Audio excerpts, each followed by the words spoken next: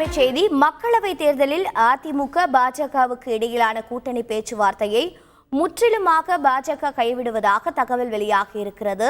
அண்மையில் பாஜகவுடன் கூட்டணி இல்லை என அதிமுக தெரிவித்திருந்தது. கூட்டணி கதவுகள் எப்போதும் திறந்திருக்கிறது என்று மத்திய உள்துறை அமைச்சர் அமித்ஷாவும் தெரிவித்திருந்தார். தற்போது பாஜக இந்த பேச்சுவார்த்தையை கைவிடுவதாக தகவல் வெளியாகி இருக்கிறது. விவரங்களை செய்தியாளர் சமய மணிவண்ணன் வழங்கிட கேட்கலாம். சமய மணிவண்ணன், வணக்கம். இந்த தகவலின் உறுதித்தன்மை என்ன? மேலும் விவரங்கள் என்ன?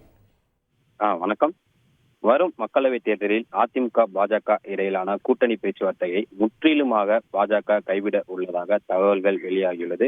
அண்மையில் மத்திய அமைச்சர் அமித்ஷா அதிமுகவுக்கான கூட்டணி கதவுகள் திறந்தே இருக்கும், அதாவது தேசிய ஜனநாயக கூட்டணியில் அதிமுகவுக்கான கூட்டணி கதவுகள் திறந்தே இருக்கும் என பேட்டி அளித்திருந்த நிலையில் இந்த தகவலானது தற்போது வெளியாகியுள்ளது. நாடாளுமன்ற தேர்தல் நெருங்கி வரும் சூழலில் தமிழ்நாட்டை பொறுத்த வரைக்கும் இந்தியா கூட்டணியில், அதாவது திமுக தலைமையிலான இந்தியா கூட்டணியில் விசிக, இடதுசாரிகள், மதிமுக உள்ளிட்ட கட்சிகள் அங்கம் வகிக்கின்றன.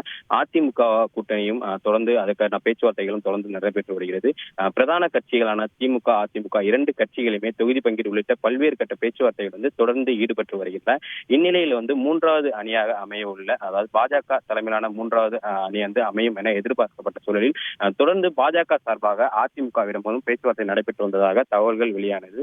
குறிப்பாக தமிழ் மாநில காங்கிரஸ் தலைவர் ஜி.கே. வாசன் மூலமாக மறைமுக பேச்சுவார்த்தை, அதிமுகவுடன் கூட்டணி குறித்து மறைமுக பேச்சுவார்த்தை நடைபெறுவதாகவும் தகவல்கள் வெளியாகியுள்ளது. இந்த தகவல்களை பாஜக மாநில தலைவர் அண்ணாமலை மறுத்திருந்த போலிலும் திரைமறைவில் பேச்சுவார்த்தை நடைபெறுவதாக தொடர்ந்து தகவல்கள் வெளியாகின்றன. ஜி.கே. வாசனும் தான் மரியாதை நிமித்தமாக சந்தித்ததாக கூறப்பட்ட சூழலில் தொடர்ந்து அதிமுகவுடன் பாஜக கூட்டணி வைக்க விரும்புவதாக பாஜக தேசிய தலைமையும் தேசிய தலைவர்களும் தொடர்ந்து பேச்சுவார்த்தை நடத்தியதாகவும் அதிமுக தலைவர்களிடம் பேச்சுவார்த்தை நடத்தியதாகவும் தகவல்கள் வெளியாகி இருந்தன. இத்தகைய சூழல்ல தற்போது இந்த பேச்சு, இந்த வரும் நாடாளுமன்ற தேர்தலுக்கான பேச்சுவார்த்தையை, அதாவது கூட்டணி குறித்தான அதிமுகவுடனான பேச்சுவார்த்தையை கைவிடுவதாக பாஜக தேசிய தலைமை முடிவெடுத்துள்ளதாக தகவல்கள் வெளியாகியுள்ளது. குறிப்பாக பேரறிஞர் அண்ணா குறித்து கடந்த சில மாதங்களுக்கு முன்பு பாஜக மாநில தலைவர் அண்ணாமலை தெரிவித்த கருத்து ஒன்றை எதிர்த்து, அதாவது கண்டனம் தெரிவித்து தேசிய ஜனநாயக கூட்டணியிலிருந்து அதிமுக வெளியேறியது. தொடர்ந்து அதிமுக மாவட்ட செயலாளர்கள் கூட்டத்திலும் பாஜக உடனான கூட்டணியை முறித்துக் கொண்டதாக தீர்மானங்கள் நிறைவேற்றப்பட்டன. பாஜக உடனான கூட்டணியை அதிமுக மாவட்ட செயலாளர்களோ மாவட்ட நிர்வாகிகளோ மாநில நிர்வாகிகளோ விரும்பவில்லை எனவும் தொடர்ந்து அதிமுக தலைவர்களோ முன்னாள் அமைச்சர் ஜெயக்குமார் உள்ளிட்டோர் தொடர்ந்து கருத்து தெரிவித்த சூழலில் பாஜக சார்பாகவும் அதிமுகவுடன் கூட்டணி வைக்க தொடர்ந்து பேச்சுவார்த்தை நடத்தப்பட்டதாகவும் தகவல்கள் தெரிவிக்கப்பட்ட சூழலில் இன்றைய தினம் அந்த கூட்டணி பேச்சுவார்த்தையை கைவிடுவதாக பாஜக கைவிடுவதற்கு முடிவெடுத்துள்ளதாக பாஜக தலைமை கைவிடுவதற்கு முடிவெடுத்துள்ளதாக தகவல்கள் வெளியாகியுள்ளது.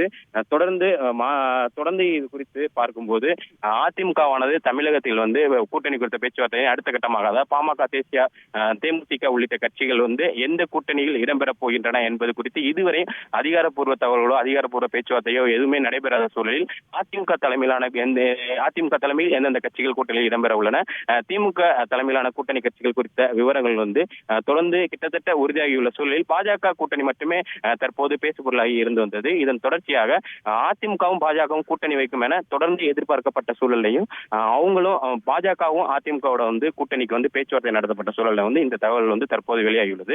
இந்த தகவலின் மூலம், அதாவது அதிமுகவுடனான கூட்டணி பேச்சுவார்த்தையை கைவிடுவதாக பாஜக தேசிய தலைமை கைவிடுவதாக இந்த தகவல்கள் வெளியான சூழல்ல வரும் நாடாளுமன்ற தேர்தலில் அதிமுக பாஜக இடையிலான கூட்டணியானது அமையாது என்பது கிட்டத்தட்ட ஊர்ஜிதமாகியுள்ளது. விரிவான தகவல்களுக்கு நன்றி சமய மணிவண்ணன்.